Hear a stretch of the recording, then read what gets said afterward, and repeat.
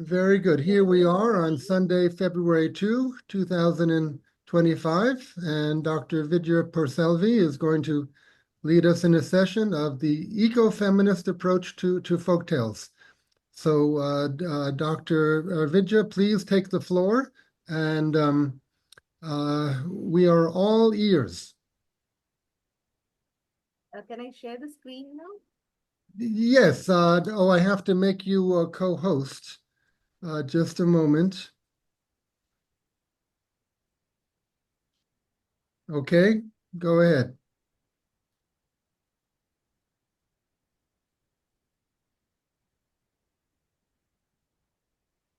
Or if you like, send the material to me by email, just real quick, and I can display it during the session, whatever you prefer. Yeah, sure. I'll do that.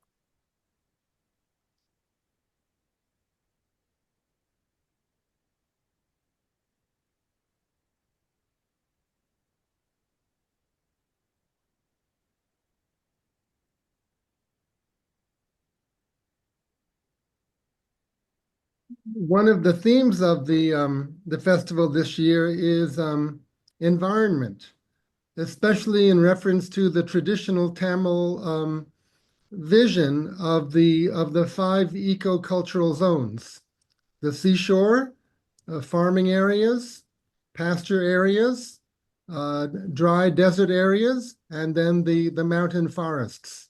And as Tamil scholars know, each eco-cultural zone is represented by a different flower and is represented by a different stage in a couple's relationship, which is so interesting. The seashore, it relates to one of the partners is standing on the shore waiting for the other partner to come back from a sea voyage. And in the mountains, the couple has a joyful reunion.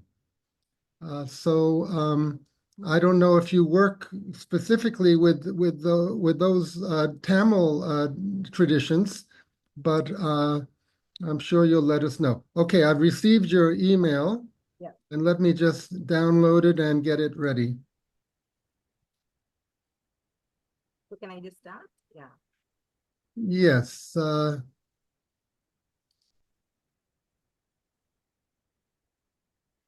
Okay, shall I show it? Yeah.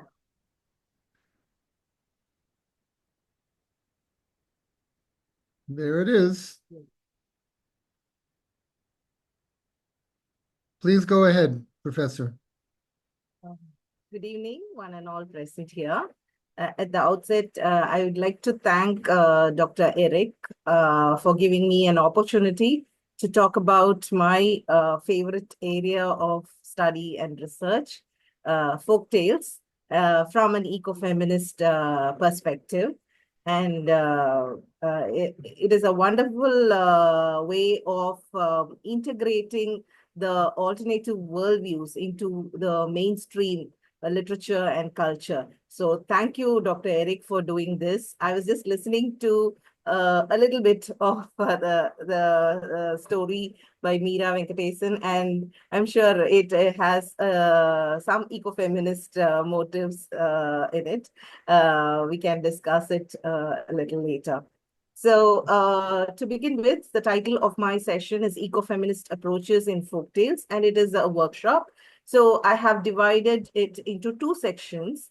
Let me begin the presentation with a story. It's a Tamil folktale collected I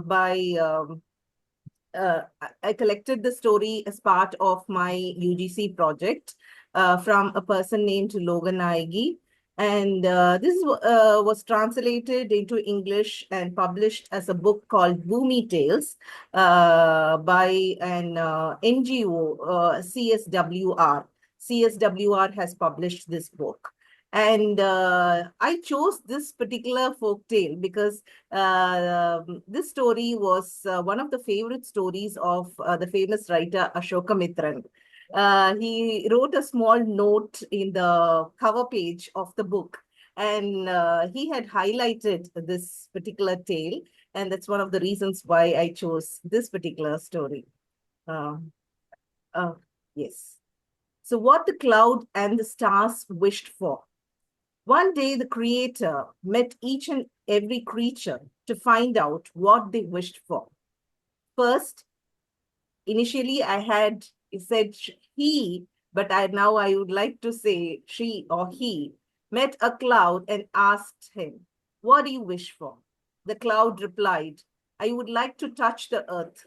The Creator granted him to become rain, and he touched the earth. Then one day, the Creator asked the cloud, "Are you happy?" The cloud looked sad. The divine asked him, "Why are you unhappy?" The cloud replied, "When I live above, I'm clean, but when I reach the earth, I become dirty. So I feel sad." Another day, the Creator asked the stars, "What do you wish for?" The stars replied, "We would like to go to the earth." The divine granted them to become tiny fireflies in order to reach the earth. The next day, the Creator asked them, "Did your wish come true?" But the stars looked sad. The Creator asked them, "Why are you unhappy?" The stars replied, "We flew around happily, but the people caught some of us and crushed us." Then God explained calmly, "It is always good to exist in the place where we belong to. The place where we belong to is the place of happiness." So this story takes me back to the idea of home or oikos. Ecology, eco-criticism, economics, all these words come from the root word oikos, meaning home. And there is an equivalent in Tamil for oikos or home, which is agam. So I'm thankful to Fulbright for giving me an opportunity to visit the University of Texas at Austin in 2019. And my area of study was Indian classical eco-criticism. As Dr. Eric mentioned, I studied Kurundogai, a Sangam poetry with those landscapes, Kurunji, Mullai, Maradam, Neidal, and Palak. Because my host faculty was Dr. Martha and Selvi, who is another great scholar of Indian classical literature as well as storytelling. So then I started working on this idea of eco-feminist semiotics in Indian classical eco-criticism.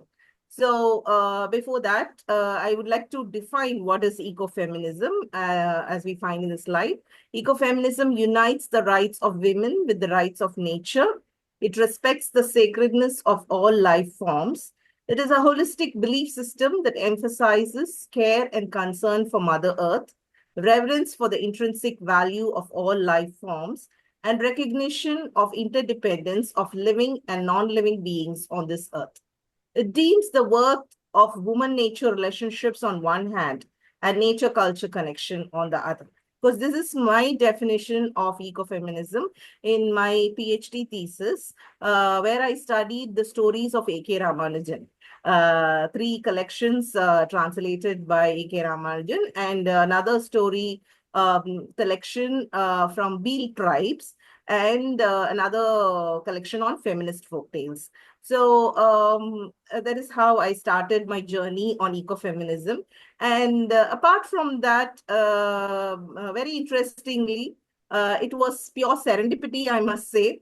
I got a copy of the book Ecofeminism by Dr. Vandana Shiva and Maria Mies in a withdrawn book for sale in the British Council Library. And when I started reading the book, I found out that, I already had these ideas within me. Thanks to my parents and grandparents. My native place is Kodaikanal, the hilly area, the Kurunji Hills. And I grew up watching women telling stories, like a person who collects firewood or a person who sells flowers. She would have, a beautiful story. They told us a lot of stories. And my grandmother told me a lot of stories. So it was there within me. And when I saw the word ecofeminism, there was a spark. And I thought, this is my area. And then I started working on it. And for my research, I identified During my research, I identified 6 motifs. For example, there is a motif called aqua stree. So it is aqua, water, and stree, woman. So all the water woman stories can be classified as aqua stree stories. Or there is a collection of stories called Aves Eve. Aves, birds, and Eve, woman. Okay, so all the bird woman stories can be classified under Aves Eve stories. Or fauna femme, stories of women and animals. So this is how I started off with my PhD thesis. And then I visited Texas, and I worked on this theory of eco-feminist semiotics. And there is a word called eco-semiotics, prevalent, among the scholars in the West, and promoted by scholars like Timo Maren in Estonia. And then I thought we should find an equivalent of eco-semiotics, and that is eco-femiotics. So I've coined this word called eco-femiotics, eco-feminist semiotics. So semiotics is the study of science, and ecofeminism is the study of woman nature proximity. So all the motives and patterns that highlight the interdependent connection between woman and nature, can be classified under ecofeminist semiotics. And then in this research, I also identified Agam as an ecological philosophy. If you look at the classical Tamil literature, Sangam literature, there are 2 types of poetry, Agam and Puram.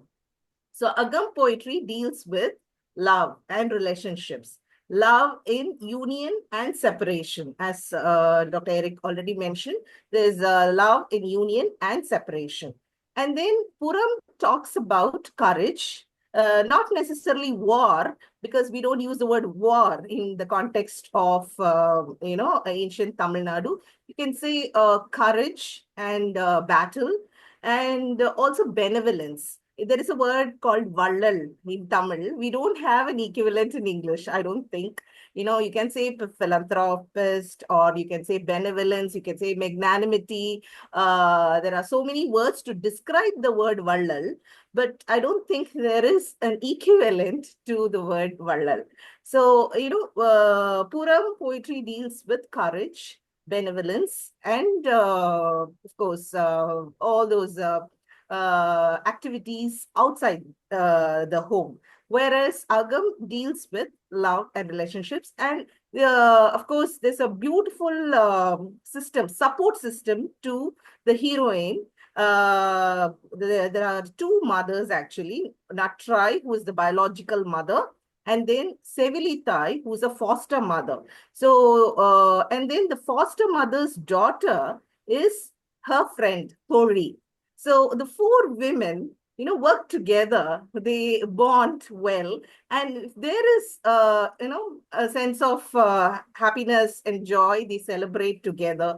If the Talaivi is in trouble, the entire support system helps her. And of course, very sadly, the father figure does not have a voice in Agam poetry. We never see a father talking in Agam poetry. It's only the women who do the talking, or Talaivan and his friend, Pagan.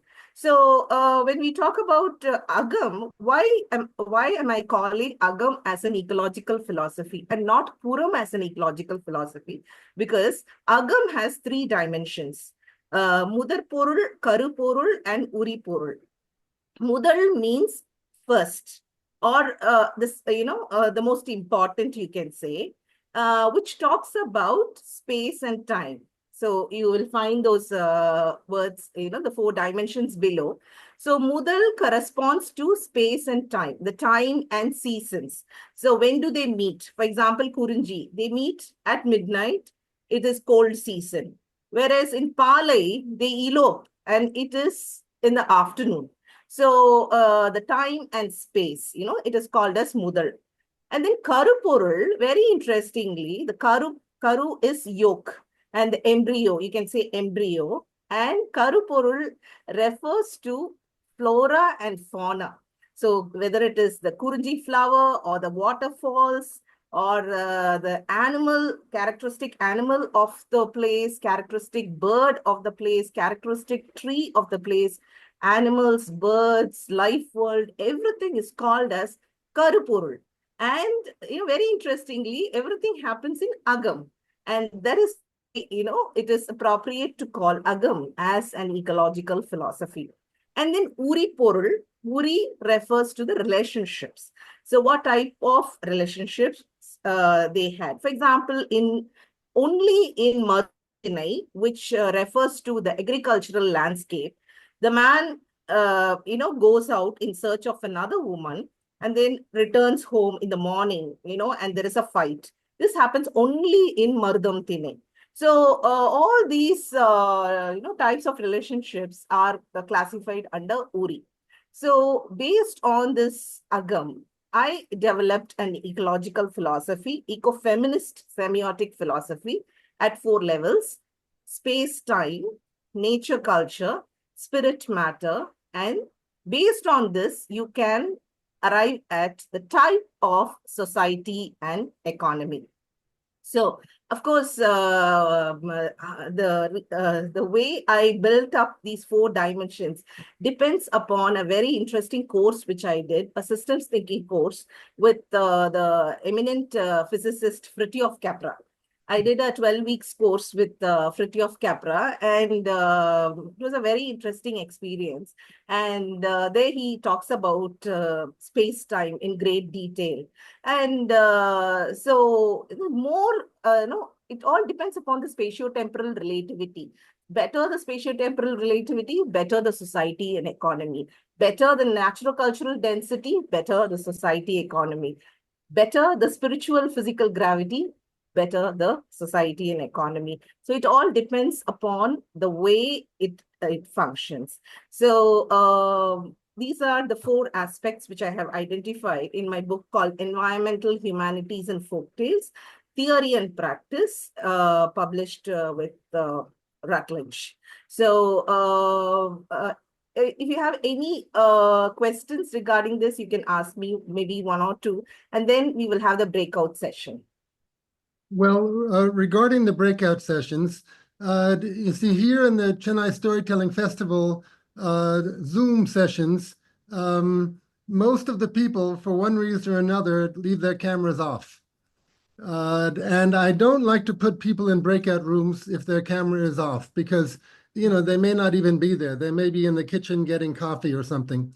So what often happens in these workshops is people are invited to write. Instead of going into a breakout room, we invite them to write with paper and pencil, and then share what they've written, or to write into the Zoom chat section where we can all see what people say and we can discuss it there. So that would be my suggestion, because, okay, now we have 9 people with their cameras on, but 15 with the cameras off. I don't think it makes sense to send a small group into breakout rooms. Can you give us suggestions about what to write about? Yes. So there is a question in the slideshow. Let me go back to the slideshow. Yeah. So share stories highlighting any one of the 4 dimensions. You can talk about space, time, which is seasons, time of the day, or nature, culture, like plants, trees, any characteristic feature of a particular landscape. Spirit, matter, about human relationships, and of course, society, economy, a story. Yeah.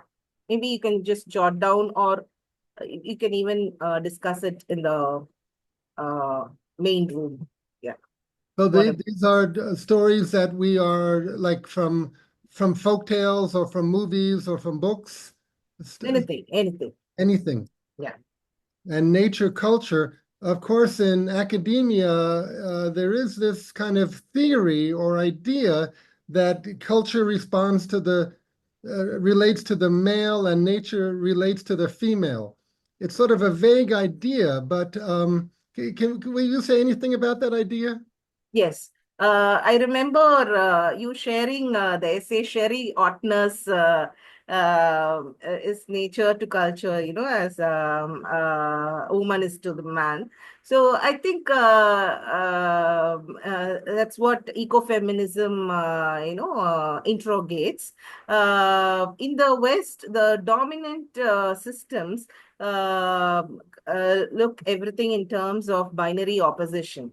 So you have day versus night, good versus bad, man versus woman, nature versus culture, and all that. If you take the eastern part of the world, we have complementary principles. Like, for example, Shiva and Shakti as Ardhanarishwara, or the yin yang theory. You have the complementary principles. And in between day and night, you have the dawn and dusk. The day begins, with dawn, and then it ends with dusk. And we also look at the gray areas in between black and white. So these are the complementary principles. Of course, nature culture, a hyphenated word, I think it connects nature with culture, and it also highlights a culture integrated with nature. For example, the people who lived during the Sangam period, or the indigenous people who live close to nature, they have a culture integrated with nature. For example, I've heard this story, from the tribal people. It is just a fact. They don't take away all the fruits from a tree. They take some of those fruits, they leave some of the fruits for the birds, and some of the fruits for the wayfarers. So, and we also have this Ubuntu story of how an anthropologist asked the children to run a race, and then he placed a basket of fruits under the tree, and the children held their hands together and they ran. And then they said, if one person is unhappy, we can, rest of us cannot be happy. So I think that's a culture. They learn from nature. And there is a beautiful film called Animals Are Beautiful People. Animals are beautiful people. And there we find a honey badger, a newborn honey badger looking out for food. And then there is a bird, a honey bird, who guides him, who leads him to the location where there is a beehive. And then the honey badger eats some of the honey and leaves some of the honey, the honey for the honey bird. So a symbiotic relationship between those two animals. So all these things happen in nature culture. And that is something human beings emulate. They learn. People who live close to nature, they, emulate these, cultural practices of nature. So that is one example I can think of. So maybe you can share some of your own stories. Okay, so you're inviting us to think about stories that involve the relationship between space and time, between nature and culture, between spirit and matter, and between society and economy. Okay, so maybe we'll take a few minutes, take 5 minutes, where we'll just write in a notebook and Yeah. pen, and Yes. then we'll discuss. Great, thank you. People, you can leave your cameras on, cameras off, as you're writing, but we'll we'll we'll reconvene in 5 minutes.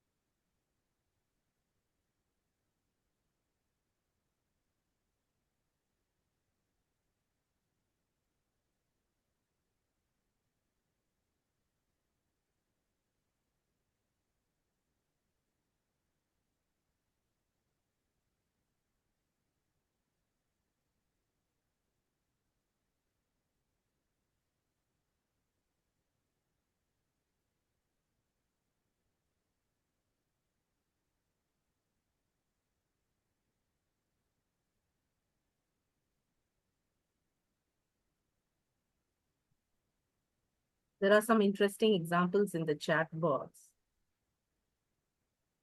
Okay.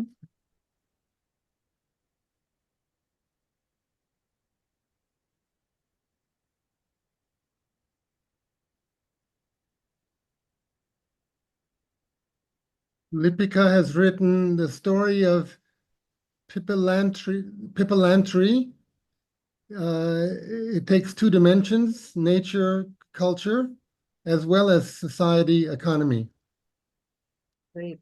Lipika, might you tell us a little bit about this story of Pipilantri? Oh, yes. Well, this is a true story. Pipilantri is a village in Rajasthan where when a girl child is born, the villagers, they plant 111 saplings. So they take care of two things, that they celebrate life as well as they take care of the environment. So they go on planting trees, and when the girl child is born, the community itself, they contribute something, some amount like 2,000, 21,000, and the parents also contribute something, and that is kept when the child grows 18 years old. Thereafter, for their wedding or the marriage, they will give that, because that addresses another issues of child marriage, because in Rajasthan it was frequent of getting girls married at a very early age. So that is there. And when they started planting the saplings, after the girl child is born, 111 saplings, what happens is they made that place greener, thereby protecting the environment. And they got to know that aloe vera plant, it is very essential to control the termites. As a result, they used to plant aloe vera along with the other trees. And by that, they started some sustainable marketing of this aloe vera products. So that addresses three issues of economy, sustainable economy and the environment, as well as the societal practice of child marriage. So I think all these four are taken care of. These two dimensions are taken care of in this story. Thank you so much. That's a beautiful story. I was Thank also you. reminded of a similar tale, a practice common in Kerala. I've heard this Okay. from people from Kerala that they have a similar culture of planting trees, one or two trees, when a child is born, and the tree grows along with the child. And there's Yeah. another interesting reference in Sangam poetry. There is a poem in Natrinai. Natrinai is Nalla Thinai, good Thinai, and Thinai is the system, the socio-economic, cultural, geographical order of the Tamil landscape. And in the Natrinai poem, there is the hero and the heroine are standing under a tree, and the heroine's friend tells the hero, why don't we move to a different place? Because the heroine is feeling embarrassed or shy to talk to you under this particular tree. Because they say the tree was actually planted when she was born, and both of them grew up as sisters. So the mother Okay. actually told her, she is like your sister, and both of them grew together. So the heroine says, I feel shy to talk to my lover in front of my sister. So let us move Sister. to a different place. So this is a Natrinai Okay. poem, actually, which Okay. A.K. Ramanujan has translated and analyzed the poem in the collection of Flowering Tree. When he Okay. does an analysis of the flowering tree, he refers to this Natrinai poem from Sangam literature. So that's the bonding woman has with the trees, and it takes us back to the Chipko movement and how they hug trees. When the trees were in trouble, they hugged trees. Yeah. So it's a very rich area of study, where we talk about woman tree proximity. Yeah, thank you so much for Yes. sharing the story. Thank you. Now, Dr. Vidya, at least 15 people have mentioned stories in the chat section. Do you want to call in on any of those? Yeah, a nature culture, 2 stories of Burma, the origin of coconut. If the person Tahi can tell us the story, it's interesting. Tahi Peiro? Yes. Hello, everyone, and thank you, Mary. I came late. Sorry about that. And yeah, the true story is about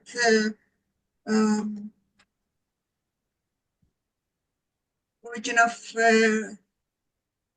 coconut, and actually the second one, the greedy storekeeper and the poor traveler. Poor traveler stopped under a tree to eat his simple meal. And he opened his bundle with just cooked rice and fried vegetables. And it was a cool season. During this time, people traveling from village to village, and in the sideways, there was some stall um, stall shops that selling fried fish and fried cooks. And a few yards away from the place that the poor traveler was eating, it was a storekeeper, and she was cooking fried fish, and she was watching the poor traveler very carefully. When he had finished, she asked for the coin for the fried fish, and he said, "I didn't come to your place. How could possible I pay you?" And she said, "You eat your meal with the smell of my fried fish." And at the end of I don't want to waste your time. At the end of the story, the wise counselor of the village came and said, said the poor traveler, hold your coin in the sunlight as the reflection of the coin make a shadow on the ground, and said to the greedy storekeeper, look at the shadow. That is the price of the smell of your fried fish. Thank you. Thank you for sharing the story. And Despina Ario has spoken about the hearth and the goddess Hestia. I would like to mention something in relation to this. I have given one of the titles of my, the chapters as heart, hearth, and earth. So the word agam refers to heart. The word agam, when you say agam, it refers to the heart. It also refers to the hearth or the home. And it also refers to earth. So heart, hearth, and earth, they are the same, the microcosm and the macrocosm. So there is a connection between heart, hearth, and, the earth. So that's a very interesting, note from Despina Ario as well. So can we move on to the next session? Yeah. Yes. Yes. We need a full college course with you. But okay, we'll move on. Yeah, we'll move on to the slides. Yeah. So I was also thinking, what are the different environmental themes, concerns, areas that emerge from the stories that you have mentioned? Is there any environmental concern or a theme that emerged? I think, some of them have already mentioned. So we'll move ahead with to the next slide. Yeah. So this is another section which I have discussed in the book, Environmental Humanities. I always feel the poets and the storytellers are the most sensitive people on the earth. So they are very sensitive to the needs and concerns of human beings and non-human living beings on this earth. So eco storytelling, again, I have organized a number of workshops, and Dr. Eric has brought some very good speakers.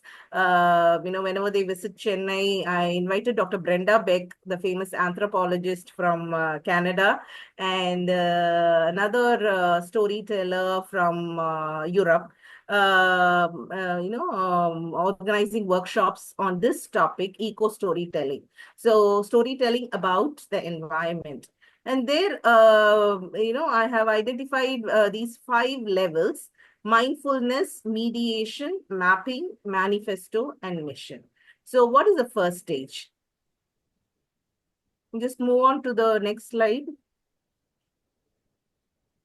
Yeah, mindfulness. So in the first stage of mindful eco-storytelling and questioning, the participants listen to the stories, generate mindful questions, and find answers in the following manner: the signs and symbols, motives and patterns, which refer to the creation, time, seasons, space, directions, land, water, flora, fauna, uh, totem elements in Native American stories, life, world, relationships, connection, manifestation, etc. in the story, act as tools of ecological consciousness raising. So in the stories that you have mentioned, in the chat box, there are a number of tales that have, creation, or time, seasons, space, directions, land. There are creation myths. For example, there are creation myths. A Beal tribal myth which says, first there was a woman. So whenever I have this discussion with my students, I say, like Adam and Eve myth, there is another myth called, first there was woman. And they would argue, Adam and Eve, is that a myth? It is real. So I say, no, it is also a myth. Adam and Eve story is a myth, and there is another myth called, the first there was a woman. So different cultures have different myths. So they are creation stories, and of course, all these aspects are found in the folk tales. And when we are mindful, of all these motives and patterns, that starts the journey. That is the first stage of eco storytelling, mindfulness. Yes, next. The second stage is mediation. At this stage of the eco storytelling process, the participants visualize the 2 decades where the environmental issues and the socio-economic problems are identified and interrogated as eco-conscious, responsible citizens of the planet. The eco storyteller dons the role of a mediator who creates the space to identify the systemic problems that exist in our society and environment. For example, once there was an environmental problem in Australia, and the several animals, got caught in the fire. And there was a famous cartoon you might have seen. The mother kangaroo actually gives space, along with Joey. There is another animal sitting, in the pouch of the mother kangaroo. And, the mother kangaroo says, her mother couldn't make it. So she's also there along with you. So, this cartoon tells us, that there is something, bigger than what we actually see, and an environmental issue that has also affected the socioeconomic, strata. So that is the second level, which is mediation. So that is why I call it a systemic problem. Stage 3 is mapping.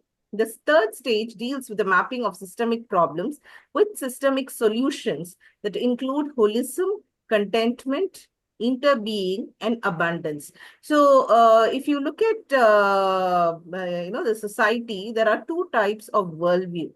One is worldview of abundance, and the other one is worldview of scarcity.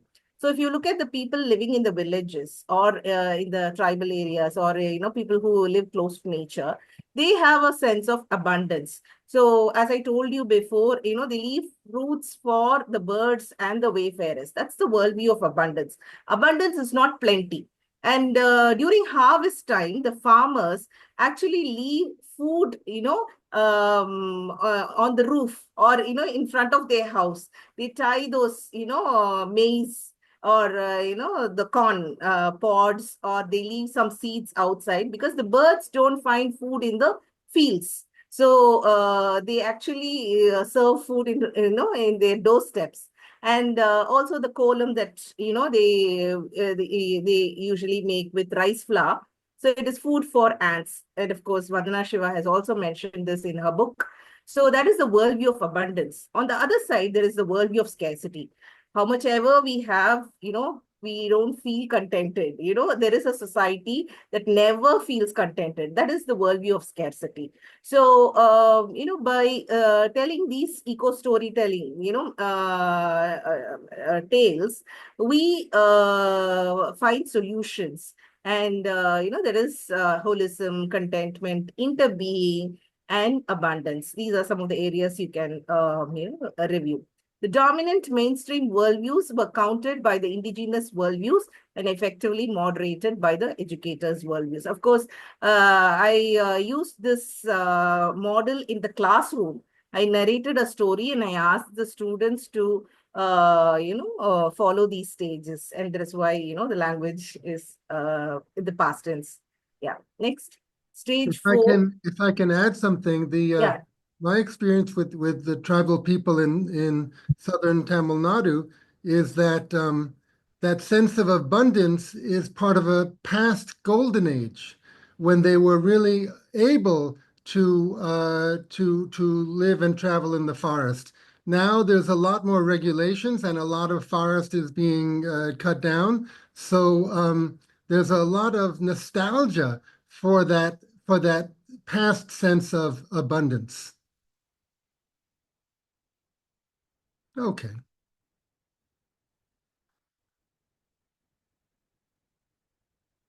Hope you're on mute, Dr. Vidya, you're on mute. You've got to Yeah. I'm also reminded of a legend which is common in Sangam literature. There is a king called Pari, not a king, he's a chieftain of the Kurunji landscape. And he is known for, actually gifting a chariot to a Mullai creeper. He's called Pari Vallal.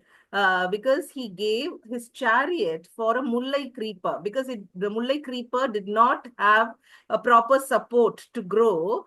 Mullaikku ther koduthan Pari. So he gave away his chariot for the Mullai creeper to grow. And that is the worldview of abundance we talk about. Yes. And stage, yeah. Can I continue? Yeah, please, of course. Yeah. So stage 4 is manifesto. The 4th stage deals with the identification of themes such as moderation, simplicity, respect, and gratitude that contribute to the manifesto for constructive ecological action. So you can take a story, study the motives, and analyze it at different stages. So at this stage, how do you bring about moderation? And how do you bring about simplicity? How do you bring about respect? And how do you bring about gratitude, in a moment of crisis? And then the stage 5 is, the next one is mission. So the 5th phase focuses on the role and responsibility of humans to act as responsible citizens of the planet, where the folktale represents a narrative of interconnectedness, interdependence, intrinsic value, and emergence. And interestingly, I can think of interconnectedness in connection with space and time. So space-time interconnection, nature, culture, interdependence, spirit, matter, intrinsic value. You respect the spiritual element as well as the physical element of human beings, and emergence in relation to the society and economy. So these four terms can be connected to the four aspects which I mentioned earlier. Interconnectedness with space and time, interdependence with nature and culture, because nature is dependent on culture and culture is dependent on nature. And then intrinsic value, the respect for the sacredness or the spiritual element of human beings as well as non-human living beings. And emergence, what emerges out of it is a better society and a better economy. Yeah. So the next task, it's a very beautiful picture. It is a gold painting, which I bought in the conference, South Asia conference at Madison, Wisconsin. So I got an opportunity to attend the conference in 2019, and there was a person selling, these pictures, and of course it is from India. This picture done by a person named Mahalakshmi. A gold painting. So I just want you to narrate a tale of your own based on the image with an eco-feminist message, underscoring the, keeping in mind those 5 stages, of mindfulness. And then can you, think of those stages and then, tell us a story. So You can we jot down. should create a story. Yeah, yes, Okay. yes. Yeah. Can you repeat the 5 stages again? Yeah. Can you just go back to those? Should I go way back? Yes, yes, yes. The 5 stages. Yes. Mindfulness, mediation, mapping, manifesto, and mission. So first recognizing the motives and patterns, and then storytellers as mediators, identifying the concerns, environmental concerns, then mapping the two, okay, and coming out with a manifesto through moderation and simplicity and all that. And finally, mission. What is the environmental message? So these are the 5 stages. Thank you. You can go back to the picture. They can take a look at the picture and narrate a story.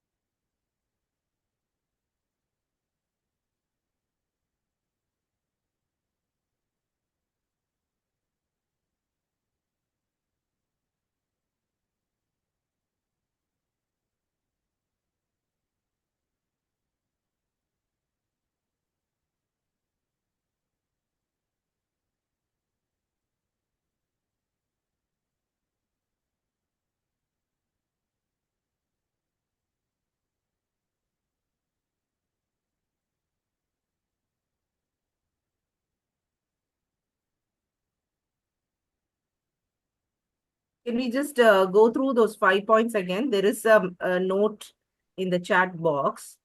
So just scroll it up. Yeah. Yeah. So stage 1 is mindfulness. Next slide, please. Yeah. So you can identify signs and symbols, motives and patterns in the stories, which act as tools of ecological consciousness raising. So that's the first stage. The second stage, so you become mediators. As storytellers, you become mediators, and you can look at the environmental issues, in the past, and also the socio-economic problems that are related to these environmental issues. And, you can come up with some systemic solutions. Stage 3 is mapping. So that is where you actually, map the systemic problems with systemic solutions. For example, there's a lot of fragmentation everywhere. So you need a holistic outlook to, find solutions. You must look at the bigger picture. So, that is what I mean by mapping. So wherever there is reductionism, wherever there is fragmentation, you need to look at holism.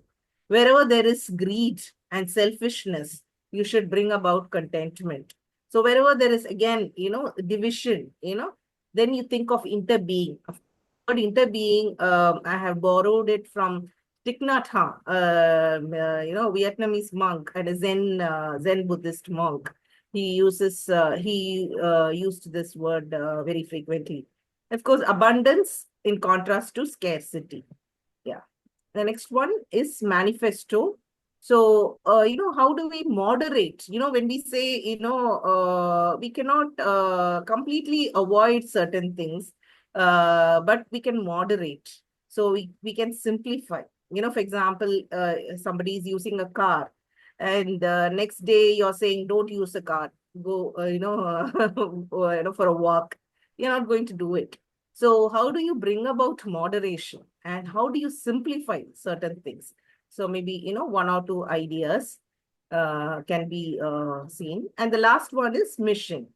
So how do you connect all these, ideas with these 4 categories? Space-time interconnectedness, nature-culture interdependence, spirit-matter intrinsic value, and society-economy emergence.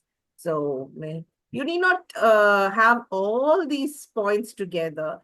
Maybe one idea, not necessarily everything, in just a few minutes. It is not possible. It can be a lifelong exercise. You can take it forward. We have this word continuum. So it is a continuum. So it starts right here, but then it moves forward. Yeah, I'd like to just share my thoughts. Thank you for this workshop. Really enjoying it. And my mother used to say, Malai pola vandalu, alai pola pohanum. So always, if it comes like a mountain, so that natural tendency to use nature as metaphor was there in our, sayings, in our life, from which is handed over from our parents. Um, Having said that, for me, this story is about the disappearing of the sparrows. So I'm able to kind of think around how perhaps there was a special relationship between this girl and sparrows, and then it disappeared because of the changing environment, and soon she also moved away, went into the city, and was lost, and then suddenly one day she remembers her sparrows, and then finds a way to come back maybe and create a space. I'm thinking of how she could probably go around setting up little gardens, or helping people imagine community parks where once again can we bring back the birds, and she becomes a person who is working towards that. So I mean, just offhand, this is the kind of theme that I would look at. What can be done? Even each one of us just being aware of the relationships with nature that we lose, and wanting to reconnect itself will make us go towards, instead of not being, instead of forgetting, we make an effort to go back and connect. So the theme of having an experience with nature, then forgetting, and then remembering and going back. That's what I'm thinking as a journey. Thank you. Thank you so much. That's a beautiful story. And I think very relevant to talk about sparrows, because when we were small, we used to find a lot of sparrows in our backyard. Today, it is a rarity. We don't see many sparrows. So I think it is the need of the hour. And I can also think of another sparrow story collected by K. Rajanarayanan. There is a story about how the sparrow tries to build a nest. Taka. Wherever it builds a nest, it gets trouble, hindrance, and then finally, she goes and builds a nest under the ocean, and all those places. It shows how risky it is for those tiny little birds. So it has an environmental message. Thank you so much for narrating the story. And there is another Nagaland folk tale called The Girl Who Understood the Birds, or The Girl Who Could Speak to the Birds. The story is about how she could understand the language of the birds, and whenever she went out to collect firewood and all that, she would listen to the birds, and the birds were discussing the seasons, the climate, and if there is a famine or if there is a cyclone, the girls would indicate it, the bird would indicate it, and the girl will come back and tell her parents. The parents were very unhappy. They thought, she has a very strange, quality, and very sadly, they actually kill those birds and make a, soup out of those birds and give her, and she turns mad. That's how the story ends. There is a motive, there's a recurrent motive of girls talking to birds in different cultures. And, there is another story common among the Pulayar tribe of Kodaikanal, Palani Hills. A girl, gets married and lives in a faraway village. And one day there is a fight between the husband and wife, and she leaves the house and she walks into the forest. It is night time, and of course she's alone, and there is a group of thieves out there. And at that point, there is a bird that makes a strange noise. The bird is called Kana Solai Kurvi. Kanagam is forest. So Kana Solai Kurvi, it makes a strange noise, something identical to a man, And the girl says, Anna, Anna, Vanga, help பண்ணுங்க. Anna, இங்கதான் இருக்கீங்களா வாங்க. So, when she says that, the thieves think that there is somebody accompanying her. Her brother is accompanying, this woman, and they leave the place. So, this is a story common among the Pulayar tribe of Palani Hills, recorded by,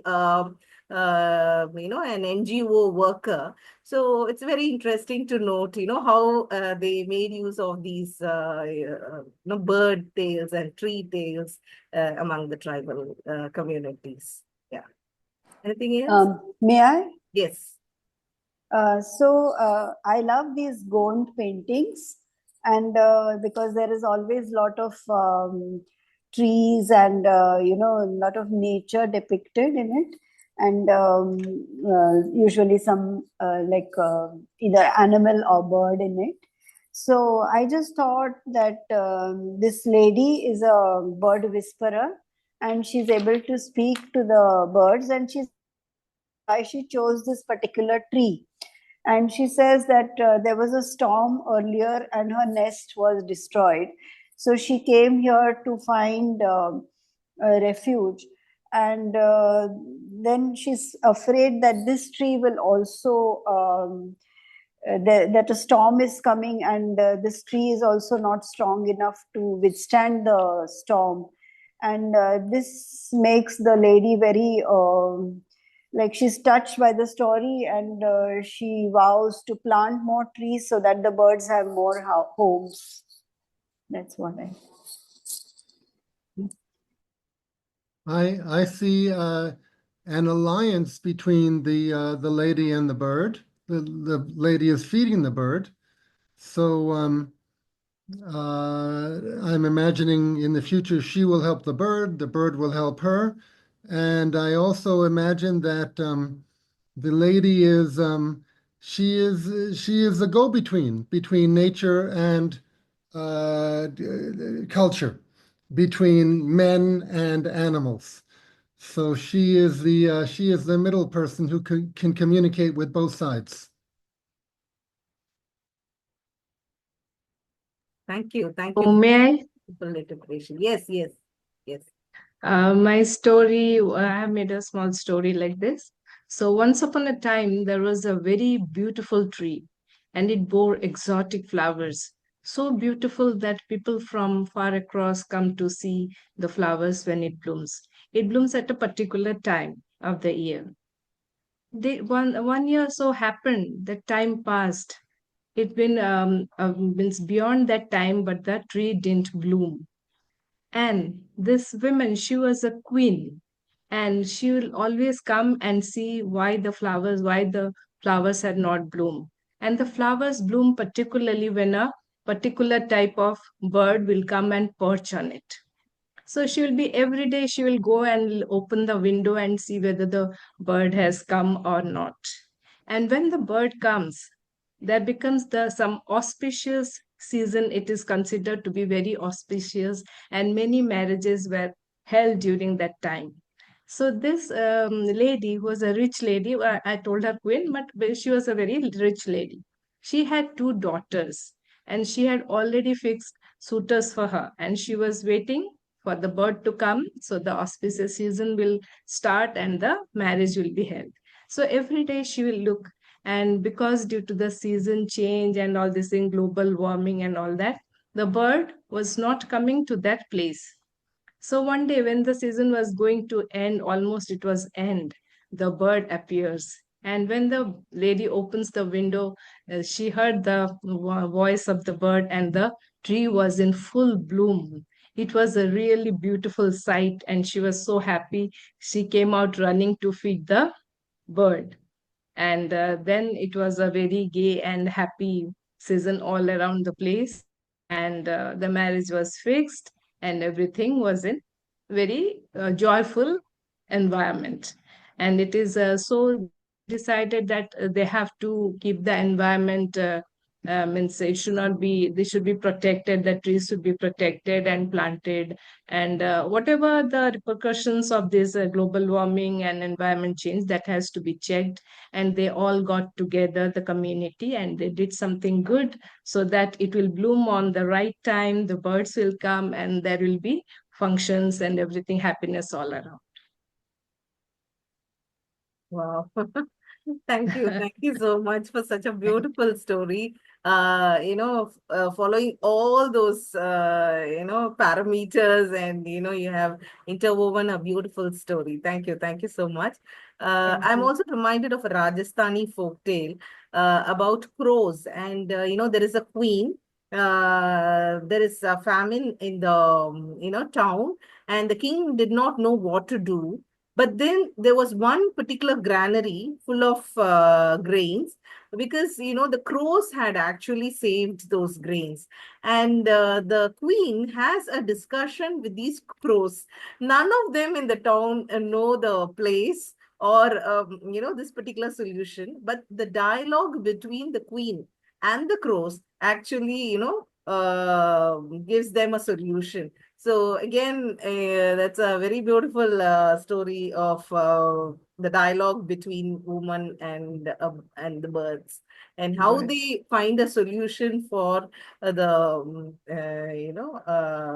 social, economic, and environmental problems, systemic problems.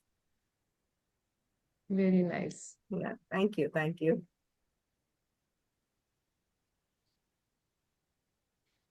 Yeah.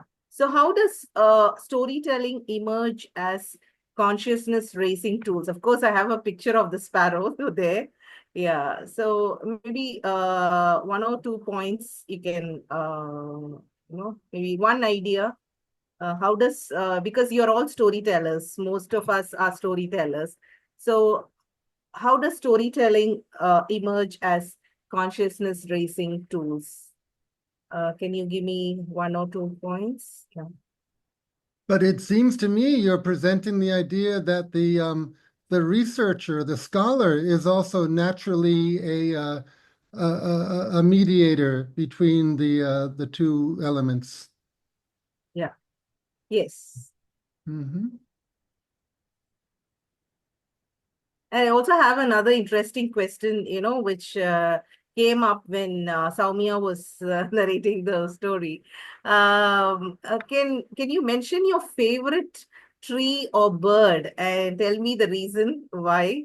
I think many of you will be interested in talking about your favorite tree, based on the picture, your favorite tree and or a bird. When I did research in the mountains uh, near Pechiparai 20 years ago, there was one bird that made a sound, and I've never learned what bird it was, but I remember the song. It was always da da da da da da da da. Someday somebody will tell me what bird makes that sound. You must ask a bird watcher, a birder. Maybe, but I remember the song. Oh. And it was not just one bird, it was a whole, it was a whole group of birds that made this particular melody. Barry? Oh, you're on mute. Thank you. Hello, everybody, and thank you, Dr. Vidya, for this workshop. And the question, how does storytelling emerge as consciousness-raising tools, takes me back to Laura Sims' workshop yesterday, where she talked about the listening experience and about how we tellers tell stories, but each listener has their own experience of the story. And so even though I think we've been talking about consciousness raising in the storyteller, I think that storytelling can emerge because we're putting out the whole systems of signs and symbols and concepts and binaries, these the things you've been talking about, and then each listener has their consciousness raised by the connections they make with it, by how these symbols, just as you've done with the picture, is in a way a story itself, but each of us then takes our own story, we raise our own consciousness from it. So I think as storytellers, when we tell a story, especially when we're kind of highlighting some of the eco-feminist elements, we're creating an environment where a story listener can make their particular connections and have their consciousness raised because their awareness of the things that exist in their life and in their mind and in their universe that might not be anything that we're aware of as a storyteller. Thank you. Thank you so much.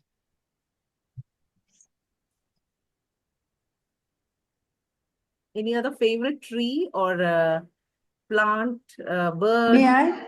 Ah, May I? yes. So,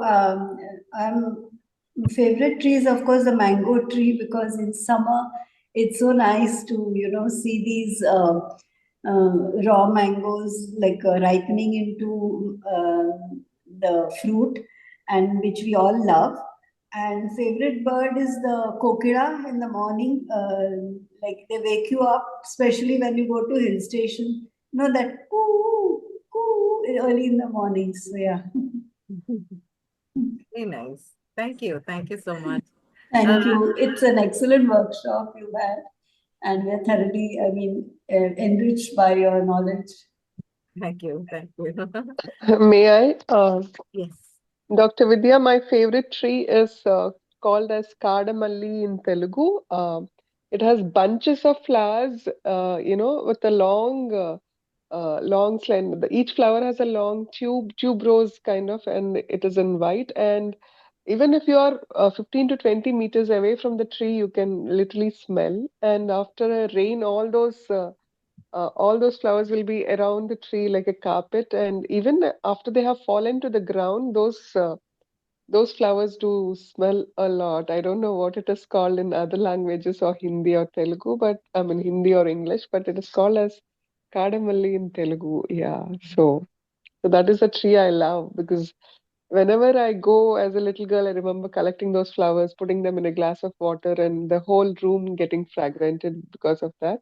And bird, uh, I always wait for the summers, and I like the calling up of the koel, just that one coo that as though spring has just come, and in a way it was like, though we don't have harsh winters and and look forward to the summer and all, but that koel and the Nugadi coming and the flowers blossoming and all that, it represents a certain happiness. So I like the koel and look forward to hearing koel, Yeah.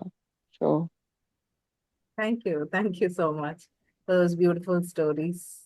it is a wonderful workshop, and really, actually, today morning, I think Soumya knows. I came across this, Kurinji and all these words, how it is used for both mood and this one and all that, and a big, essay kind of material. And it's really synchronicity that I just logged into this workshop, and it is a same thing you're dealing with, and yeah. All these oikos and connecting with nature and feminism. It is a wonderful workshop. Thank you so much. Thank you. Thank you so much. I think it's that interconnectedness that is working. Yeah. Dr. Vidya, do you have doctoral students at Loyola? Yes. Yes. We have 5 of them have already completed, and 4 of them in the area of eco-criticism. They worked on ecology and translation, ecology and drama.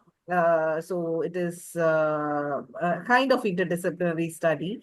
And now I have another 5 students. One scholar is working on climate fiction. Another scholar is working on material eco-criticism. So there are very interesting topics that are explored. And are you also on the dissertation committee? Are you a guide for students who are enrolled in other universities? Yes, yes, yes, Mhm. like that. I'm Yeah. ready to start another PhD. Most of us, actually. Yeah. Dr. Vidya, I just wanted to ask. Seriously, my area of interest too. Yeah. Dr. Vidya, I just wanted to ask before we conclude, which is a very important and vital question for many of us who loved your workshop.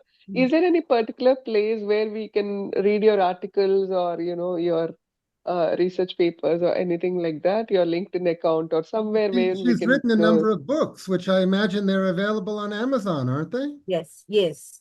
Okay, Nature, Culture, and Gender, Rereading the Folktale, published okay. by Routledge. And then Environmental Humanities and Folktales, published Oh, by wonderful, Routledge. wonderful. And Okay. some articles, they are open access. And there are some YouTube videos also on those books. I can share the link with Dr. Eric. And Please do, and you can put it on the chat also for all of us. And Yeah, okay, and wonderful. whatever she gives me, I'll paste on in her listing on Okay. the Chennai Festival page where it has the announcement of this event. I'll yeah, also put whatever other information I get. yeah. Thank you so much. Yeah. I also write poetry, and I have published a book called Kalpavriksham, and something related to trees. I just want to say that. Kalpavriksham, in some cultures, banyan tree is called Kalpavriksham.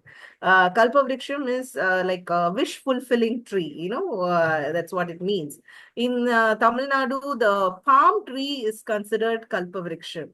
There are different types of trees called as kalpavriksham. And in my poetry collection, of course, I wrote 153 haiku poems from an eco-feminist perspective on Mary. That's a completely new take on, how Mother Mary is seen as an eco-feminist, actually, as a human being. And if she has shaped a great leader like Jesus, I'm sure she was not a very passive, silent woman. So my interpretation of Mother Mary is, completely different. She's a very bold person. And she is called as Kalpavriksham because, she is like a connection between the divine and the human beings. So that is a collection I have written. And I've also written some poems on nature and ecology. There is a poem on an imaginary conversation between Manimegalai and Buddha. I'm sure you'll be interested because Manimegalai was actually a Buddhist. So the poem is about an imaginary conversation, a meeting, between Manimegalai and Buddha, and how she falls in love with Buddha, and then his teachings, and then how he guides her to look at the larger world and serve the community, something like that. So it's called Gayanjali, and another collection of poems called Gayanjali. Gaia is Mother Earth. So Gayanjali is, song offering to Gaia. So that's another poetry collection I have published. Thank you. I'm from New York City and from Manhattan, and our great bird there is the pigeon. Yeah. It's the only bird that we have there. But in recent years, I've been seeing more pigeons around Chennai, and actually my wife, who is a Tamil woman, is not very happy about it. She feels the pigeons are kind of taking over, and maybe that there are fewer crows and more pigeons. Is there any reality to that? Yeah, it has become very common. We find a lot of pigeons these days, in the kitchen walls, and yeah, quite a lot of pigeons. I think we should do some research on this to find out the reason why we have more pigeons. But Even crows are less in number. are pigeons indigenous to India, or they're foreigners? Indigenous Not to very India. sure. Yeah, Indigenous, yeah, okay. Yes. yeah, yeah. Yes. Okay, So, well, so they say, at the end of a storytelling session, the storyteller and the listener are not the same. So, they have evolved. I don't know. What do you think about this? yes, Because they've learned so much. I think we've evolved. Yeah, so that brings us to the end of this session. The importance of eco-feminist approaches in folktales for sustainable development and peaceful coexistence. Thank you. So how do you feel Any about more questions? how do you feel about the eco-feminist studies in India, in the USA, around the world? Where is it especially popular? Yeah, I think when I started doing my research, we did not have any material in India except Dr. Vandana Shiva's works. And she was not a literary person. She's an activist actually. So we did not have many books by literary authors. But on the other hand, all the classical works, even Shakuntala for that matter, it has eco-feminist themes. Shakuntala or Teri Gatha, the songs by the Buddhist nuns, or Agam poetry, Puram poetry, Manimegalai, Silapadigaram, whatever epics you take, there are, ecological themes, and you will also find eco-feminist themes, like the songs of Avvayar, or the woman poets of the Sangam period. You will find eco-feminist themes. We did not have this term ecofeminism. Sometimes they call it indigenous ecofeminism, and some people are called as natural environmentalists. For example, there is a person named Timmaka, you may be aware of Timmaka, who has planted thousands of banyan trees in a village near Bangalore, and she got some awards, for that. And because she says, when she was young, she did not have a child. So she thought, she'll start planting trees and consider them as her own children. And she has planted thousands of place called Pulikal. And she's called as a natural environmentalist. And that's the reason why in my survey and review of literature, I had 4 different areas. So one is movements. I studied the movements like Chipko movement, Silent Valley movement, Narmada Valley movement, green